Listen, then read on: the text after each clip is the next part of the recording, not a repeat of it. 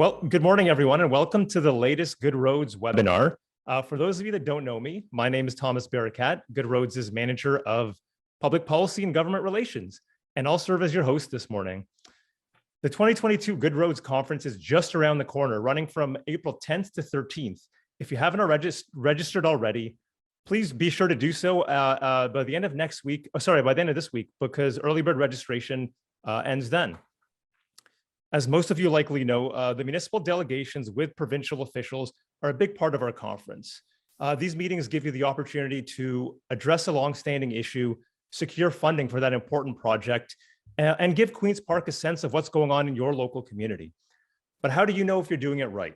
So to answer this question and to help you make the most of your ministerial meeting, Good Roads has partnered with Crestview Strategy, one of Canada's leading public affairs agencies.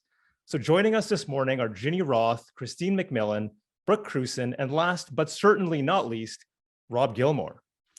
And before I pass it over to the folks at Crestview, I just want to go over a few housekeeping items.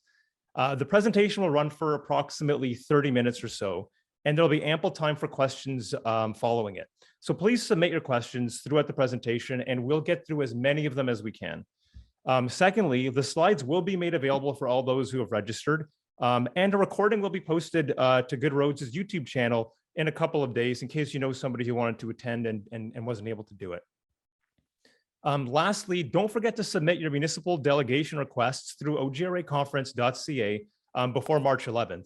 All four major political parties will be taking delegations at our conference. So without further ado, I'll pass it over to Rob, who will introduce Crestview and the All-Star team joining us today. Thank you, Thomas. We are all so happy to be here. And I wouldn't normally do this, but I do have to respectfully disagree with you right out of the gate. I am last, and I am certainly least when it comes to this all-star panel. They are experts. They are incredible people. And I'm going to do as little talking as possible so we can pass over to them right away to jump right in. But please do call me Rob, but everybody at Crestview calls me Happy Gilmour. I'm a vice president with Crestview Strategy, and we don't like to talk about who we are, but just to get this out of the way, we are a fully integrated professional services firm that works with Ontario organizations, associations, municipalities, and international brands in Ontario, Canada, and across the globe. We offer government relations, digital, campaign, mobilization, strategic communications, insight, and research support. Now, before going any further, we would be absolutely remiss to not recognize the hard work of Thomas and everyone at Good Roads. We've had the privilege of working with associations and organizations in Ontario and across the globe, as mentioned, and want to just take a moment to recognize Thomas, Scott Butler, and the incredibly hardworking and talented staff at Good Roads. They work to serve all of you as members, and we continuously witness them going above and beyond for all of you, the members that power Good Roads, and we appreciate their efforts on your behalf. Also, Thomas has mentioned this already, we are excited that through their leadership, we will all see you in person from April 10th to 13th at your conference, your famous conference at the Royal York in Toronto. So for today, we have 18 total slides. That includes introductory and concluding slides. And we hope to spend the first 30 minutes, like Thomas mentioned, discussing why delegations are important, walking you through why and how you can maximize your time with decision makers at Queen's Park. And we'll leave 30 minutes for questions and answers. And we aim to have you back at your desks by 11 a.m. And we appreciate you all joining us today. Brooke, can we go to slide 2 of the agenda? Pretty straightforward. We'll walk through the next 91 days, all the way through to effective delegation meetings, following up. And from there, I was thinking about the most important part of how important you all are. And so let's move to slide 3, which is a slide we're just going to pass over because we talked about Crestview, and jump in right away to slide 4. I want to introduce the panelists and let them weave their magic. So Christine McMillan. Christine is a partner with Crestview Strategy. She has over 20 years of high-level, accomplished experience in government and public affairs. And I just learned that she is from Oxford County. So that is a shameless shout out to anybody joining us from Oxford County here today. Christine is a fellow at the Clayton H. Riddell Graduate Program in Political Management at Carleton University, where she instructs graduate students in strategic communications. All the staff at Crestview get to learn from her every day too. So it's like we are getting paid to get our master's degree every day as well. Currently, Christine is on a temporary leave from Crestview and is volunteering her time here with us today. She's serving as the Ontario Liberal Party 2022 campaign director, and we know that the province is in good shape with Christine and people like her volunteering their time. It would absolutely take too long to list all of Christine's accomplishments here, but highlights include having spent the last 11 years, not the last 11 years, but 11 years at Queen's Park prior to joining Crestview. She played a key role in Premier McGuinty's successful campaign in 2003. She served as senior staff at Queen's Park, served as a co-director of the Liberal Party War Room in 2007, and served as the Ontario Liberal Party Secretary General for their 2013 and 2020 leadership conventions. As you will all see momentarily, we are very lucky to have Christine here on today's webinar and at Crestview. Ginny Roth, very excited to also have Ginny with us. She's the Vice President and National Practice Lead for Government Relations at Crestview Strategy. Most of you will recognize Ginny from TV. I promise you, she is a sought after political commentator, has been a friend for a long time, and I'm just thrilled that I get to work with her at Crestview. Ginny advises multinational corporations, Canadian companies, and not-for-profits on government relations in Canada. And prior to joining the Crestview team, Ginny worked at Queen's Park as a party organizer for the Progressive Conservative Party of Canada. At Crestview, Ginny leads the National Government Relations practice, serving as the agency of record for many of the largest food and beverage, consumer packaged goods, pharmaceuticals, and industry companies in the world. Again, if you can believe it, that was Ginny's abridged overview. We just don't have enough time to in a 1-hour webinar to talk about all of her accomplishments, so I will move on. We are thrilled that Brooke Cruson is joining us here today as well. Brooke is a consultant with Crestview Strategy and has almost a decade's worth of experience working in the provincial and federal service. She's worked for the former Premier, serving as the Premier's advisor on government-wide issues related to Eastern Ontario. She played a crucial role in delivering life-changing programs such as Ontario's Fair Housing Plan. Brooke's experience is going to be critical to what we're talking about today, because she worked as political staff at Queen's Park to former Ministers of Agriculture and Food, Rural Affairs, Ministers of Agriculture, Food and Rural Affairs, and the Minister of Housing, who was also responsible for the province's poverty reduction strategy. Brooke also has experience organizing delegations during her time at Queen's Park, including for the Good Roads Association. With all of that, and I apologize for taking so much time here, I'm going to pass to Ginny Roth, our National Practice Leader for Government Relations, who will walk us through the next 91 days and our roadmap to Ontario's Election Day.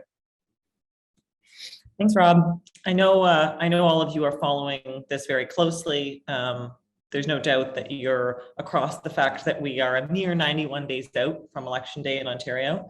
I think it's important, though, to note that in Ontario, things are a bit different than at the federal level. When we have national campaigns in Canada, the media are covering it a little more similarly to how you'd see it in the United States, where Canadians kind of get that an election's coming up. In Ontario, for lots of reasons, for the penetration of the media gallery and the reach that they have, average people who are a little bit less engaged than we are probably have no idea there's an election coming up. They may have heard it in passing, but they may not understand at what level. And so the dynamics at play are a bit different with the provincial election, and the elected officials and their senior advisors know that.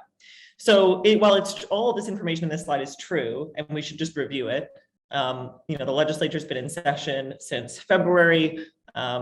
We just closed pre-budget consultations about a month ago, or a few weeks ago. The budget, which legally was supposed to have been tabled sooner, but now thanks to a small change in legislation, can be tabled later, is expected later in the spring. And then we expect a writ drop in May and a month of May election campaign with election day on June 2nd.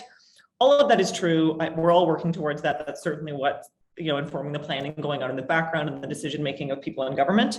But they also know that the average person doesn't know this, and that they will tune in and start to pay attention to this maybe 3 weeks before Election Day. So that May month is going to be so important for them in terms of voters sort of waking up and sorting out who they might vote for.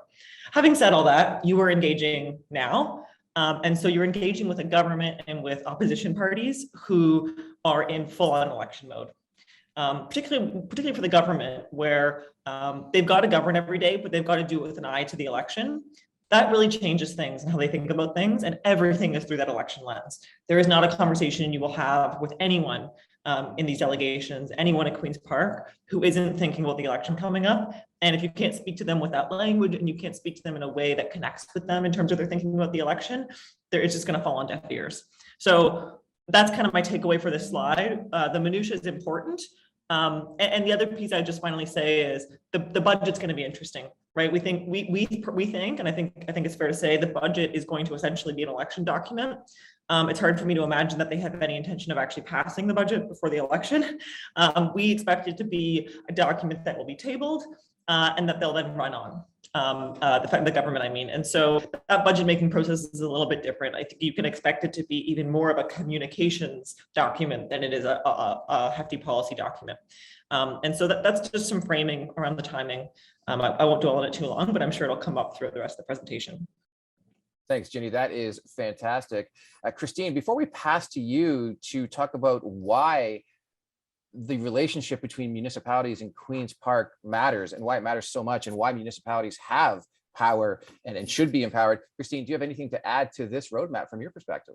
No, I think Ginny's absolutely right. The only thing I would add or kind of emphasize a little bit is May is kind of considered the great reset, right? That's where everyone's starting to look to see, you know, what's out there, if they're considering changing parties, who's around. And until then, no one, they're not as, voters aren't as sort of engaged until May. And I think Jenny's right.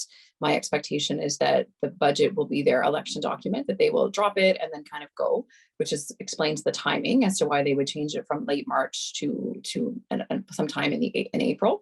And I also anticipate while the official red drop will be you know, sort of beginning of May, they'll be really campaigning from April on, and they'll be really in that mindset. I mean, all the parties will be, but it's more important from your perspective as to sort of where the government's at. That's great. Yes. Thank you, Christine. Would you like to walk us through now why the relationship between Queen's Park and municipalities matters?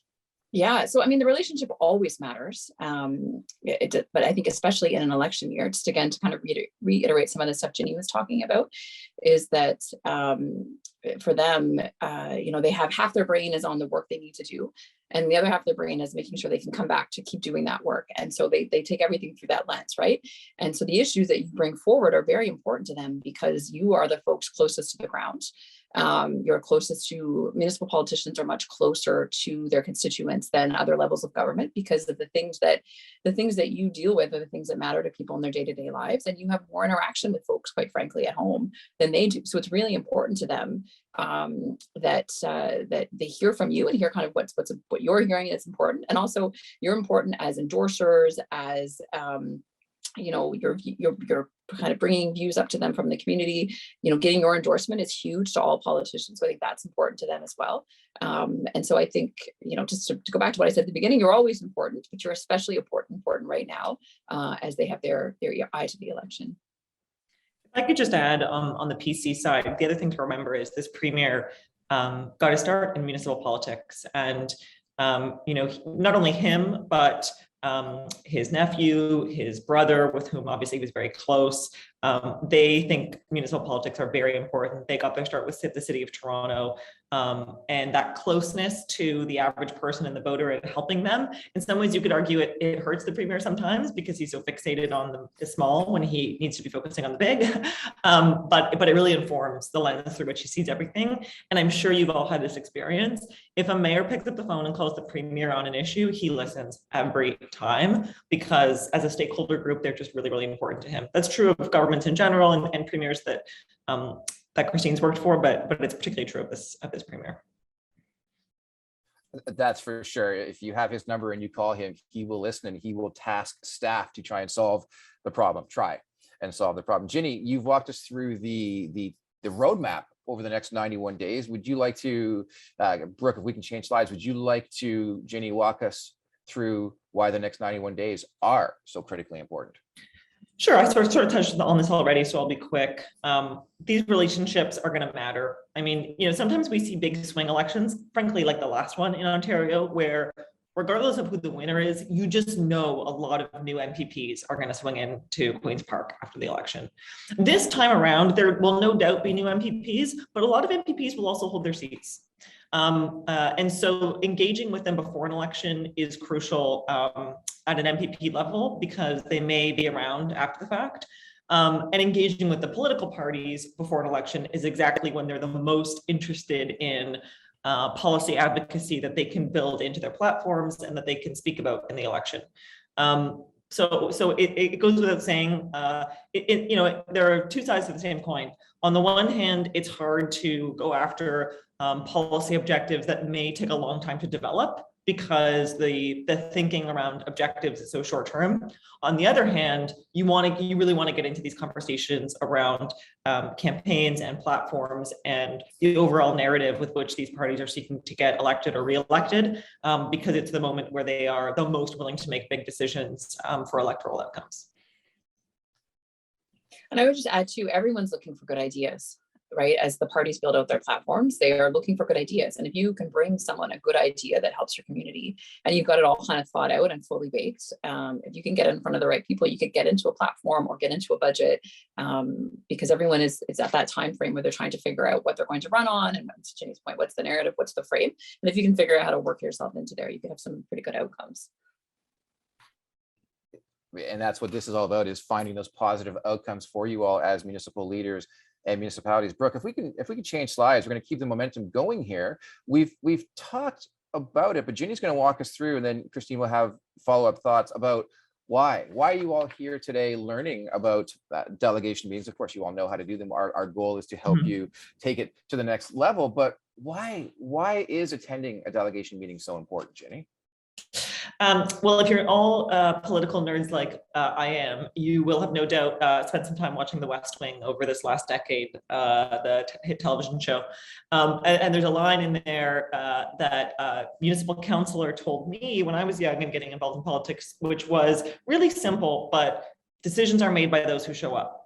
And it has stuck with me ever since. It is true. It sounds borderline patronizing to say it out loud, but it's really easy to forget sometimes. I think, people will send documents and materials into government all the time, or they'll sort of sit on the sidelines and hope the government understands what they want.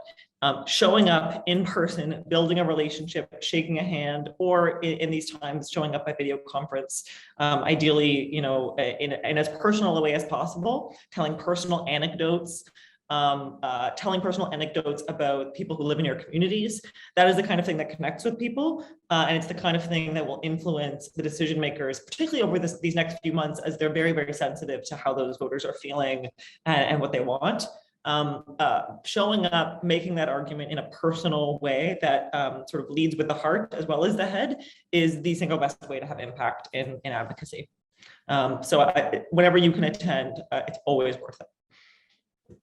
Just if I can jump in there, I think your community best. There's no one else that can advocate for your issues as well as you can. So communicating that and showing how you understand it is really important for the politicians in the room.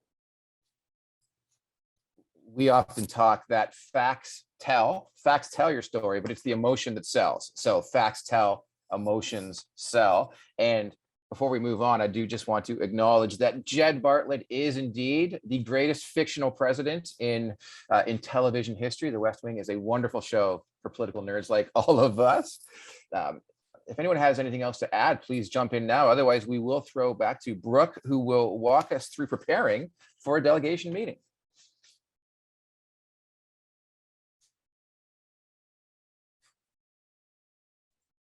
Great, thanks, Rob. So as Thomas had already gone through, there is an opportunity to submit your delegation request through the website. The deadline is March 11th, so get those in. And so we'll go through each of these steps kind of more in detail throughout the presentation, but this is kind of a high level overview of really how to prepare for the meeting. So the first step is really develop your ask. So what is the purpose of the meeting? It's 15 minutes. They're really short. You want to make sure that you have a clear objective and that there's materials provided to really back up what you're saying. As Rob mentioned, government wants to see evidence-based decision-making. They want to see why your issue matters and how you can work with them. And so really getting that information to them in advance is also important. And then does anyone else have anything to add on that? I think you're on a roll here, Brooke. If you want to continue with this slide and then move us along to knowing your audience, and then Christine will clean up at the end of your overview on knowing your audience. Perfect. I'll go to the next slide then, knowing your audience. And so this is really about preparing materials that matter. And really, this is your opportunity to showcase what's happening in your municipality. And so it's really about tailoring your information for the minister or member that you're meeting with, to really show why your ask and how your ask aligns with government priorities. So you have an issue and you want to show how you can work together so you can help them while they're helping you. And so then I will pass it to you, Rob. Who will immediately pass to Christine. Perfect. Yeah, and just on the win-win scenarios, like I've sat on both sides. Like I've been in the opposition leader's office, I've been in the premier's office, and now as a lobbyist. And I think that when I was on the other side, in the government side, like I really appreciated when someone kind of understood me and kind of came in and knew that I was dealing with 1,000 different things and trying to push things through. And I was appreciated when they kind of saw it through my lens and were able to be like, look, this is how it'll work for you. This is what we need to do. And if we work together, this will be the outcome. And I always liked when they came at it that way. And then also when people, there's always a time to be combative, right? Sometimes you have to be combative to get things done. But I always, for me, appreciated when people weren't combative, because that just isn't my personality. And so I think it's also having a good sense of the people that you're dealing with, right? And people like to, just like anything, I like to do business with people that are nice to me and that I like, right? And so I think government is the same. And for me, when someone came in really like hot out of the gate, I had a hard time kind of level setting and getting through the meeting, because it just felt a little bit aggressive. So I think it's also important to kind of get a sense as to the person you're meeting with and their style. And I'm not saying you change your style, but you try to match their style a little bit just to have a nicer meeting. But that goes for any meeting, not just a government meeting. So moving to the next slide on sort of on the ask, I think that it's important to kind of cover all your bases, right? And make sure you can kind of answer all of the questions, just like when you're doing a press conference, or you're speaking to an issue with the media back home, you've done your Q&A, you know all the answers. And I think it's the same thing with government, and making sure that anything that's going to kind of trip them up, or the things that they're going to ask about, right? So I think it's making sure you've kind of gone through, you've kind of gone through all that work ahead of time. So when you're in the meeting, you can answer all the questions and it goes really smoothly. And I think Jenny's got some stuff to add here as well. Yeah, I would just add, I think Christine's right. You want to be ready with all sorts of information for their questions and to back up your argument, especially for follow-up materials in support for when they hear what you're saying and then want to go a little deeper and really start to make decisions about whether they want to proceed with your ask. But I would just bounce back to point number one here. These guys are, as you know, kind of like you are, taking meetings all day long. They're engaging with stakeholders constantly, and it's hard to have an impact in that sort of like sea of voices. If you have one clear sort of thesis that you want to leave them with, whether it's the substance of your ask or a strong impression you want to leave about what your needs are, I think it's a really helpful exercise to go through before every meeting, that if this MPP, this cabinet minister, this opposition leader is going to leave this meeting with one thought about what it is I'm here to ask for, what's that sentence? What are those two sentences? Because they can always follow up, they can always have their staff follow up, and they will, and you have to have those materials ready. But if they can't remember and they're struck by your core ask, they won't do that extra legwork, and you won't make that progress. So having a core thesis is crucial.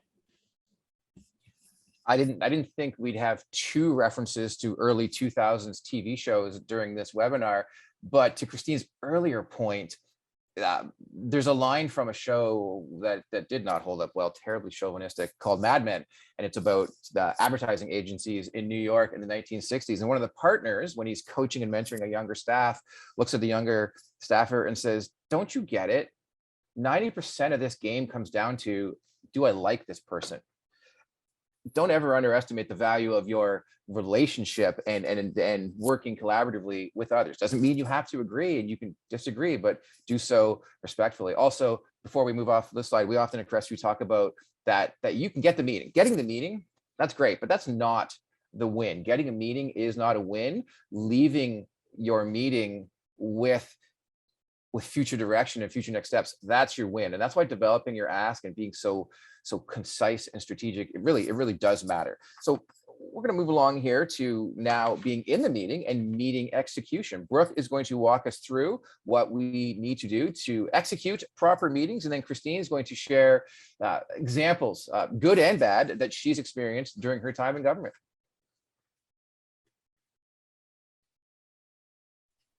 Great, thanks, Rob. So as you mentioned, you really want to, in the meeting, you want to be present, obviously. It's such a balance of following an agenda, but also, and staying on task, but also having a really present conversation and showing and allowing the politician to ask the right questions. And so sometimes the meeting might go off into a little bit other direction. And so or you might find that they're acting as a gatekeeper where they might not be really willing to give you a full answer. And so you just want to stay on your message and you want to focus on your ask and stay direct, but also let the conversation go a little bit. So it's a fine balance of doing that. And you really want to show how, as you mentioned, how it is a win for government and how you can work together with them. And also find kind of do your research about who you're meeting with and kind of find how you can build that relationship. So it might be as little as,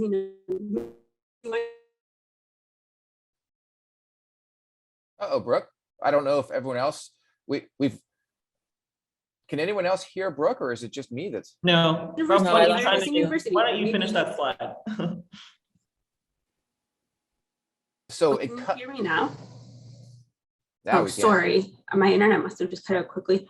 But yes, sorry. So it's really about building that relationship and doing your research to show if you maybe have that personal connection with them and really how you can leverage that in the meeting.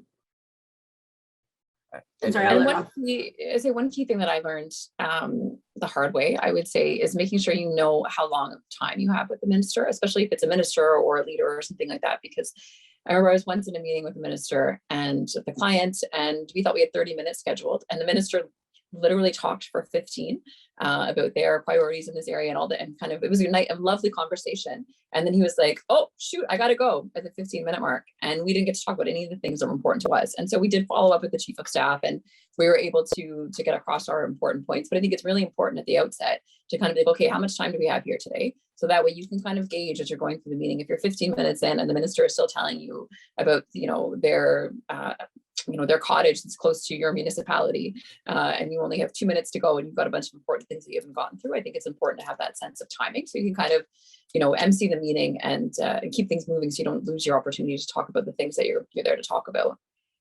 Rob, I think that's a good segue to the next slide. Yes. And I'll just build on that point Christine was making. If we switch slides, I think this is why having clear defined roles and a planned message for each person in the meeting is really important. It sounds obvious, but knowing who's going to show up and not just inviting people to the meeting for the sake of it, but everyone having a crystal clear role and a crystal clear message they're going to deliver is the best way to have that discipline so you don't waste that time. I've been in countless situations where even 30 minutes, it feels like it should be enough, but the person you're meeting with wants to say their piece inevitably. And then the people you're bringing into the room want to tell their story, right? And it goes back to the point I was making earlier about telling stories. That can be really powerful. That might mean that you can't get into the nitty gritty of the policy detail in that meeting because you want to deliver on impact and you have to speak to that detail in a follow-up document or in a second meeting. So even knowing who you're meeting with and the point you want to deliver, let's say, for instance, with the cabinet minister versus in the first meeting where you're first making the ask, where you want to have a sort of a powerful political message at a high level versus the next meeting you have with a senior staff person who's going to help you execute your ask, where you may want to get into the nitty gritty and have those roles defined and speak to each of the items in a more detailed way. And I also say too, there's also something to be said for warming up. I know that sounds silly, but I find sometimes the better meetings at the end of the day. And I know you can't control the schedule, but once you've kind of gone through your ask a few times, by the time, you're towards the afternoon, it's going really well. So I think if there's ever any control over the schedule, try not to book the most important key meeting to first thing in the morning, just because you kind of give a chance to kind of warm yourself into your content. Yeah. And I think we've lost Brooke here. Yeah. Rob, So, should we just keep rolling? Christine, the next slide is about when you sometimes run into a hostile meeting, which I know you've experienced. So maybe you can speak to that. Sure. So I've had hostile meetings on both sides. Like when I was in the Premier's office, I have a distinct memory of someone coming in and not even introducing themselves or sitting down and just starting to shout at me because of their rage. And it wasn't a municipal politician, it was a corporate stakeholder, but something that they perceived slight on the government's behalf. And that made it really difficult for me to pivot and try to be constructive and find a solution, which was my job. And they were there to work with me to find a solution. And so I think setting the tone, no matter how, and again, I'm not worried. People, you guys are all experienced politicians, so you're not going to do this. So I don't think this really is as relevant for you, but I think it's important just to stay level-headed no matter what happens. And then on the flip side, it's also important not to get upset if you kind of get it on the other side. Like I once had a meeting when I was in the lobby side, and I had a corporate CEO, very experienced CEO, who would come down, and we were in this meeting, and the person we were supposed to meet with, who was a very senior government person, was the chief of staff, it got called away, which happens. And I think that's something else to remind yourself, that sometimes people get called away and you're not going to meet with the person you think you're going to meet with. You need to be flexible. Chief of staff gets called away, a very junior staffer gets sent in to have this meeting, and we sit down, I do the introductions, and this person doesn't say anything. And then he just like sits there and he takes his notebook and he opens it up and he's like, all right. And I was like, all right, we should go. And he's like, yep. And he just sat there and didn't respond and just literally sat there, didn't even take notes. And my client was very experienced and been through tons of government meetings before, and he wasn't fussed at all. And he was just very professional and kept rolling through his the things that he was there to say. And basically, and we kind of debriefed about it afterwards. And he was like, we talked about it and we're both like, well, at least we hope this person will then at least relay the information up to the chief of staff we were supposed to meet with. And that was our hope that it would at least get somewhere. And I think that's kind of two lessons from that. One is just be flexible and be nimble. Don't be taken aback if the meeting doesn't go the way you think it's going to go. That was the rudest I've ever been treated, I think, in my life. And we still were smiling and thanking him at the end of it. And I also think too, the other thing is that you treat it, I always think it's really important to treat everyone with respect. Someone's, the junior, and government is a strange place in that one day you're the junior assistant and the next day you're, a senior advisor for X thing. And so it's important to always treat everyone kind of the same because, as I said, government people move around quickly. So I think that's an important lesson too, just to keep in the back of your head as you're meeting with folks. We've learned that meetings often don't go as planned, and we've learned that webinars also don't often go as planned. Sometimes technology will fail us, and we don't know how a meeting is going to go. I won't name names, but I experienced a meeting once with a client where the high-ranking elected official had clearly been out on a business lunch, we'll call it, and the official showed up late and noticeably intoxicated. And I am someone who certainly does enjoy the occasional cocktail, and I don't think that will surprise people that know me, but it was disconcerting, and it was certainly something where that meeting didn't go as planned, but we were respectful. We certainly didn't acknowledge it. We rolled with the punches and just kept moving along, like we're going to try and do with this webinar. But we are fortunate. We are actually into our last slide, which is simply about the follow-up. And I'm wondering if Ginny and Christine want to chat through why it's so important to, so we've talked about the importance of securing your meeting through Good Roads and their delegation support process, how to prepare for an effective meeting, your ask, your request, but then and Brooke is back. That is wonderful. But if Ginny and Christine could walk us through. Yeah, I can speak to the follow-up piece. We talked about making an impression, and sometimes you can have massive impact, and a cabinet minister sits back and goes like, whoa, I hadn't thought about things that way. So what are they going to do afterwards, right? Or what is any MPP going to do after a meeting with you? They'll move on to the next meeting. And if you're lucky, you've had enough of an impact that, around dinner time, they think to themselves, like, that was a good meeting, we should do something about that. That's in the best case scenario. Oftentimes they've moved on to the next thing, and your meeting might have had an impact on them, but they've forgotten, they've moved on.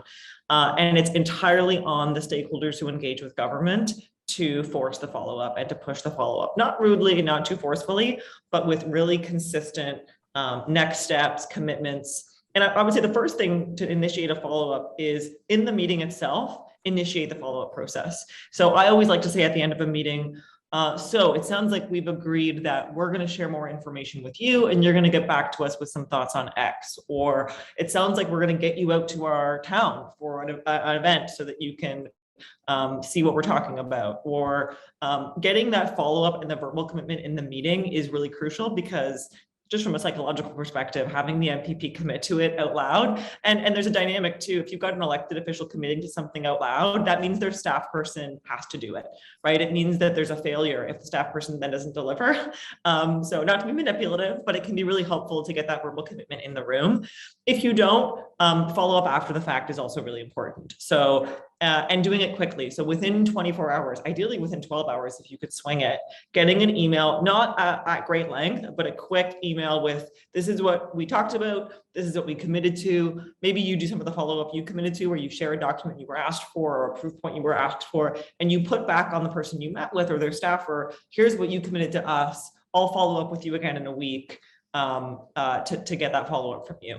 And sometimes creating a follow-up moment that might not feel as substantive, like a visit or a tour, or following each other on Twitter or connecting on LinkedIn. It seems symbolic, but it can really deepen the relationship and make you become a longer time stakeholder in that universe of that MPP or that cabinet minister.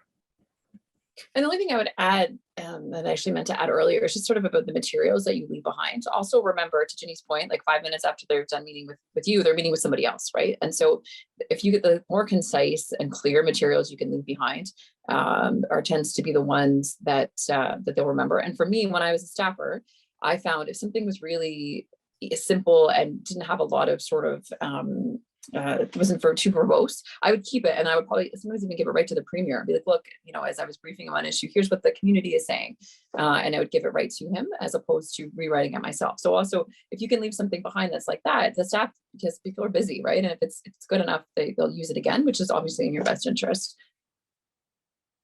And I think just to add to Genies' point of creating that opportunity, sometimes it's as little as, you know, we're having this event in the riding, would love for you to come, or, you know, I have this amazing recreational center or arena, and I really want to show it to you. And so finding that opportunity to get them in your municipality is really important too. And it's not partisan, and it doesn't need to be partisan. It's oftentimes people who are new to politics are often surprised at how well New Democrats, Liberals, and Conservatives and Green Party members get along behind closed doors. It's good people work well with good people. So if you happen to belong to one political party, but your provincial or federal government is a different party, it doesn't mean you can't still work on win-win scenarios that are in the best interest of all your constituents. Every elected official at Queen's Park or on Parliament Hill is always looking for a way to best represent their constituents. And you all as municipal leaders certainly have the closest, most genuine relationship with your communities. So that's where the power lies for all of you. Now we've come to one, if I could, Rob, just one quick thing too on the events though. I agree that it's important to invite them, to show them something and that may come. But if you can tie it back to something they did to create that event or create that community center, they're more likely going to come. If you're going to say, and I want to thank Jim Smith for the grant to build this arena, then they're going to come, right? Because it's an important moment for them. So I think it's also tying the work all back is also helpful for them, especially in an election year. Especially over these next 91 days, right? So with that, we have reached the end of our presentation. Wondering if anybody has anything else to add, or should we throw back to Thomas for questions?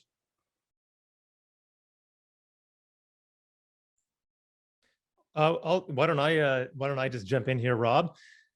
So thank you all for that wonderful presentation. I think I think our attendees probably learned a whole bunch, because even I did, and I've been doing this for a little bit as well. So why don't we switch over to the Q&A portion? And I do see the questions starting to come in. So for everyone that's here, put your questions in now, and we'll get to as many of them as possible. So the first question that I have here is, for small municipalities, is it recommended to include your engineering firm in your delegation? So I assume this is probably relating to an infrastructure project that you're trying to kind of push forward. Does it make sense to have your engineering firm included in the delegation? I think that's, I mean, for Christine, who has been on both ends of numerous delegations over time. Christine, would you like to speak to that? I think it depends on who the audience is. So for example, if you're meeting with me when I was in the Premier's office, my skill and knowledge level of the technical sides of your proposal would be very limited. So it would not be something that would be helpful for me to understand the project better. But I think if you're meeting with people on the public service side who will have those technical questions and do have that technical expertise, I think it does make sense to bring them. But I think it's just kind of similar to what we were talking about earlier. It's know your audience, know who you're meeting with, and kind of gauge who should be in each meeting. Okay. Next question that I have here. So is it inappropriate to raise a second issue at the meeting if there's still time left? So I assume it's, you got the meeting to talk about one issue and there's some time left. Can you raise another issue, or is that inappropriate? Not to put her on the spot, but I think we should go right back to Christine. I think it's so that's a tough one, right? Because I think that not everybody wants, I think it's your moment, right? And so you want to kind of capture that moment, but you also, if you have a laundry list of things, everything kind of gets lost, right? And so I think it's important to, if there's something really, really important, that's what you need to highlight. I think, but I get where I always struggle with this is when you do joint meetings, right? So you've got a bunch of different organizations coming together to talk about one issue, and there's always like a side issue that comes up, and then sometimes the minister is more interested in that side issue or for whatever reason, and then the side issue takes over and you're kind of like, oh dear, we didn't talk about X, right? So yeah. I mean, that's my sort of view on that one. Yeah, Christine, if I could, I totally agree. And one device I felt helpful to manage this is to have a frame for the meeting that you agree to in advance, where you decide we are going to be explicit about, and it can feel a bit maybe vulgar or something to be really explicit about, this is our primary ask and this is a nice to have. And you can think about what are better ways to frame it. One of the beer industry is infamous for their advocacy at Queen's Park over the years, and they would always go in and say, this is what we'd love for you to work with us on for tomorrow. This is what we'd love for you to work with us on for 6 months or a year from now. And this is what we'd really like to make sure you don't do. That was always their frame. They always had one in each of those buckets. That doesn't have to be your frame. You could have short-term, long-term. You could have major issue, minor issue, but you want to agree to that in advance. And you want to make sure that anyone who's going to be in the meeting understands that there's a shared priority, and that should take precedent, because we've all been in situations where sometimes ministers or MPPs will seize on something and go off on tangents. And then you end up with a meeting that might have been nice and had great conversation, but wasn't actually about the thing you wanted it to be about. So as long as you don't lose sight of the primary ask, and I would really have the discipline to have one. There's your first top issue, and that you can't lose sight of that. Okay, next one is, it's about the dress code. I guess, is there a proper way to dress, the way you present yourself? Does that affect the meeting? That is a great question, and one that I actually asked this morning. So I'll leave this one open-ended. Who on the panel wants to jump in? I think it's best to err on the side of being professional. If in doubt, and this is true in life, I think, by the way, if in doubt, err on the side of professional. It's strange coming out of the pandemic, right? Because norms have shifted and people have been online and that sort of thing. But especially for gentlemen, where there's less flexibility, suit and tie. I hate to be that blunt about it, but I think it's powerful when you meet the moment and you show that the minister or the MPP you're meeting with, you're matching their level. If you were to meet with Vic Fideli, the Minister of Economic Development, there's not a chance he's not going to be wearing a suit and tie if he's at Queen's Park. And so making sure you're prepped for, and if you've got a bunch of meetings in a day, prepare for your most formal meeting, because you need, that meeting is going to happen, and you may feel a bit overly formal for the rural MPP you're meeting with in their MPP office, but so long as it's authentic to you and it's something that is reasonable, in terms of your wardrobe, I would go with the more professional option of your options. The other small piece I'd just say is, because it's easy to forget, and we always put this in our prep materials for clients, extra phone charger if you have it, lots of business cards, have a kit ready, because it could be a grueling day when you have a full day of advocacy meetings and delegations, have everything you need, have it all prepared, and it will help your day run more smoothly. Little things like the phone number of the person who arranged the meeting in the event you can't get through security, all these little details will make things run a lot more smoothly. And we were talking never earlier. We were talking earlier about the importance of bringing government-issued ID. If you do not have ID, security simply just will not let you into the building at Queen's Park. And we've been in situations where a client and an elected official forgot to bring ID, and it's an awkward situation. And Ginny, I'm going to put you on the spot. If when our delegates are meeting with the Honorable Vic Fideli and he's wearing a suit, what color will his tie be? Yellow every time. That's his shtick. Okay. Sorry, Christine, were you going to jump in there or should I move on to the next question? No, I was just going to say what Rob said, which is to make sure you've got ID. I've had a client without ID, which is problematic. And I think the other piece too is to also make sure you know what building you're going to. It sounds silly, but if you're in the wrong block and you've got 1 minute to get to the right block, you may miss like a big chunk of your meeting. So just be careful, just be mindful of where you're going. And just to reiterate what Jenny said too, Queen's Park is still a very formal place. Like there aren't that many workplaces left where people wear a suit every day, and Queen's Park is one of them. And even on Fridays, I think most people are still dressed quite professionally. Even in the summer, people are dressed quite professionally. Like it's still, I know most workplaces are much more casual now, but Queen's Park really isn't. Same thing on Parliament Hill. People on Parliament Hill still wear blazers and suits to work. Like that's just a government thing. Okay. Next question. When doing your presentation, is the delegation strictly verbal with no visuals? Are handouts recommended? So I guess this is more of in the meeting itself versus leaving something behind. We'll go Christine and Brooke on this one. Yeah, I think you can check with the folks in the government that you're meeting with if they have something where you can show your deck, which they probably won't because you're usually in a crappy little side meeting room, right, where they're meeting you in between questions and question period and things like that. So I mean, I've had it. Some people bring a deck and they kind of walk you through it. I find, for me, I prefer just have a conversation with somebody who has a good grasp of their information rather than sit through a deck. I find sometimes if you have a deck in front of you, you just focus on the deck and it becomes a little bit of a static meeting. As opposed to a more interesting, engaging meeting. And I think sometimes too, if you end up relying on the deck too much, it just isn't as much. It's not as much back and forth, which I think tends to be the more valuable part of the meeting. But I also think if you're not super comfortable with pieces of the ask and you want to have something in front of you to make sure you captured it all, I think that's okay.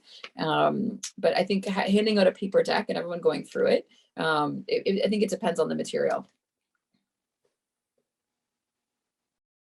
I agree with Christine. I think it depends on how kind of specific your ask is. Obviously, it's very intricate, for having on numbers and having that information to reference is okay, but you really want to focus on the conversation and the engaging with the member in the room. I'll jump in quickly there to that as well.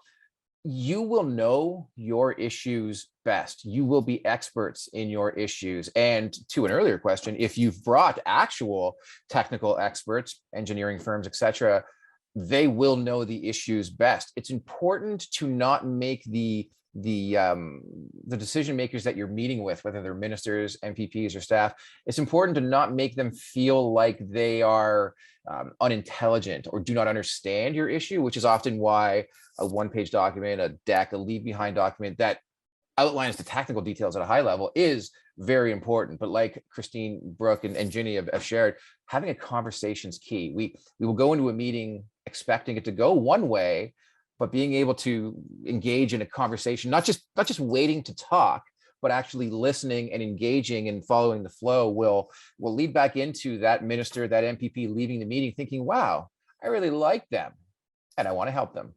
Thomas? That's right. Okay. Next question. With a young staffer filling in for a minister or MP, what can you do to confirm that your intended message has been sent to the intended person and doesn't get thrown aside? Well, Brooke, as somebody who has been in that position and handled it admirably, let's see what she has to say. Yes, I've had experienced that before for sure. And it's really important to understand that minister schedules are unbelievably busy, and sometimes their schedules change literally within a half an hour.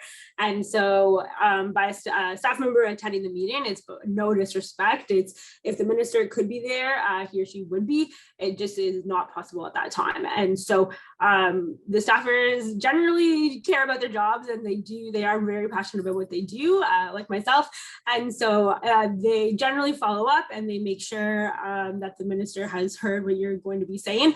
And it's also about that follow-up. So sending that email saying, these are the materials, make sure you shared them. And I think that is why the follow-up is really important. But generally the staff member is going to listen and engage in the conversation and make sure that message is communicated back to the team.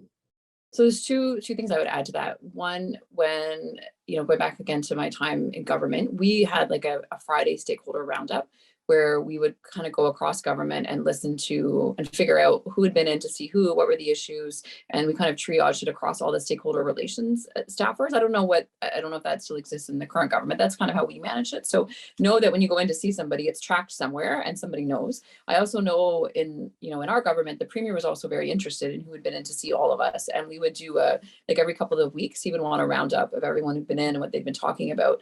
The other thing that's important and why the follow-up is important, it's important to do the emails, but it's also important to write letters because the letters are all tracked through a professional correspondence unit. And so every Friday when I was director of operations in the premier's office, I would get a memo from that correspondence unit that would tell me every letter that came to the premier.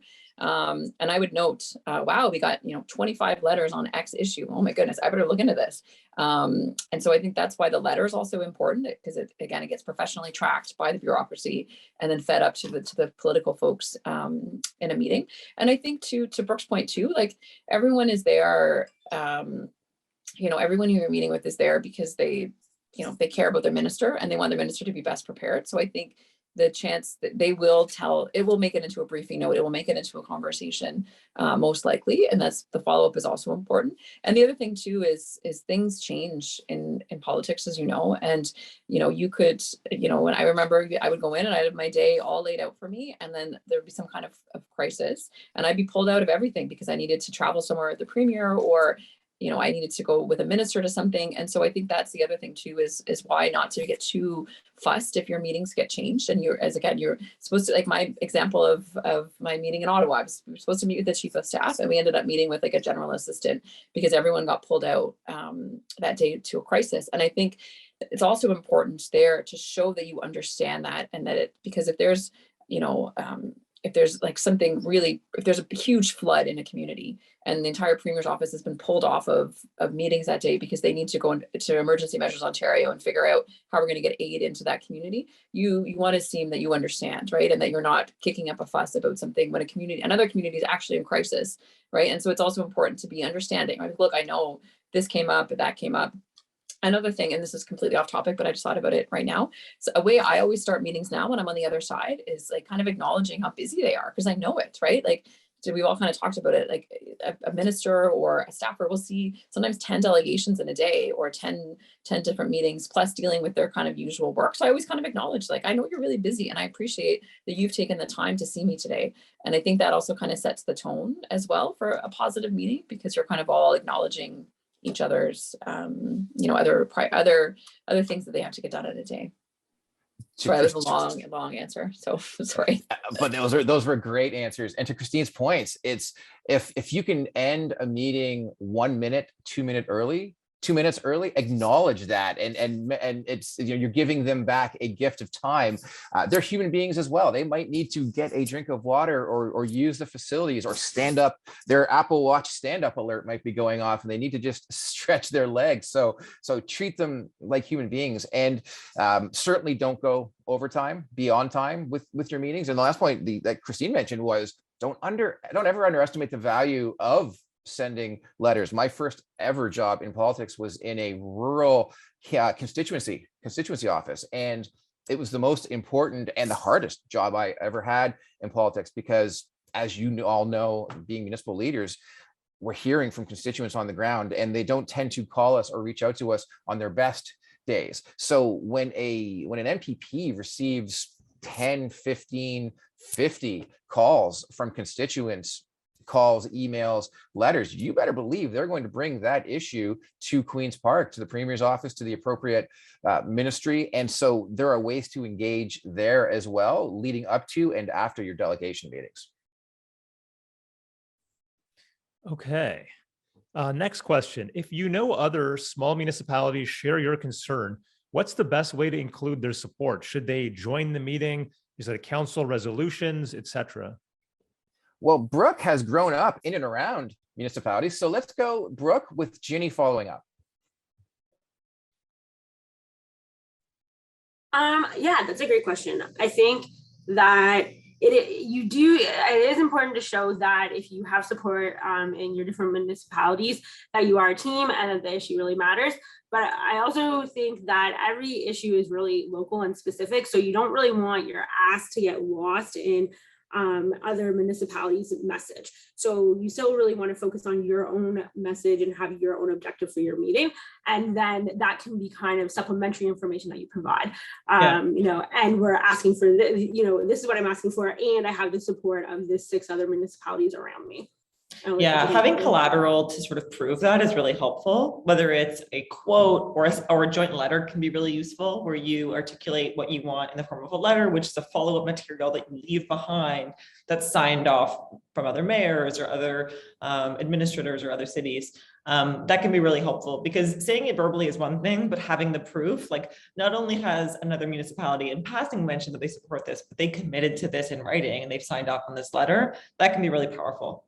If you're, look, it depends on the issue. If you're going with 2 other municipalities for a joint infrastructure project, that's truly going to benefit all 3 of those communities, showing up together, so long as you're really meticulous about rules in the meetings, you know, per earlier points we've made, I think that can be really powerful. Because in that meeting, you know, you've got a cabinet minister, say, with 3 major municipalities all in the same room asking for the same thing. If it's predominantly, you know, driven by one municipality and just happens to be supported by another, then, or a few others, then it may be just as useful to have a piece of collateral, a proof point, some item that you can leave behind or follow up with, where those folks have stepped up and signed off, because it certainly makes it more powerful. Having that backup is great and can make the difference.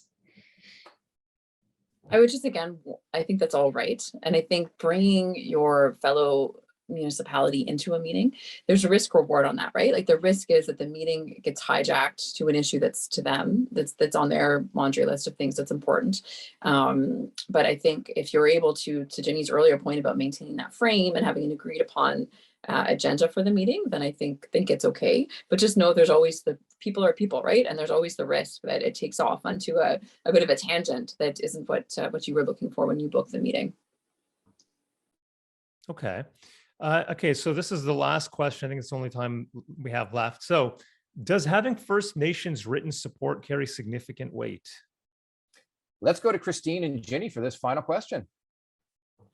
Yes, it does, right? I mean, I think that's something the government will need to cover off the Indigenous support, especially if it's a requirement of the EA or whatever sort of assessments are doing and things like that. So I think if you're able to do that collaboration at the front end, it's going to save you time in the back end. And it also shows the government that you're thoughtful and you're thinking it through, and you are, you're kind of on top of your game. Yeah, another way to think about that is a strong argument to government for what you on your issue will always sort of foresee their first initial hesitations or questions. And a savvy political staffer or elected official, if you're coming to them with a project, they're going to run through a laundry list of, are there going to be environmental concerns? Are there going to be First Nation concerns? Is the host community willing? What will voters and constituents think? And if you can preempt those big questions and be super prepared to say, I know what you're going to ask, and do I have an answer for you? That can be really, really powerful. And yes, specifically on First Nations, that's true as well. Okay, so with that, we are at the end of our time here. So before everyone goes, just want to remind you all to register for the Good Roads Conference by Friday to get that early bird rate and to submit your municipal delegation requests by March 11th.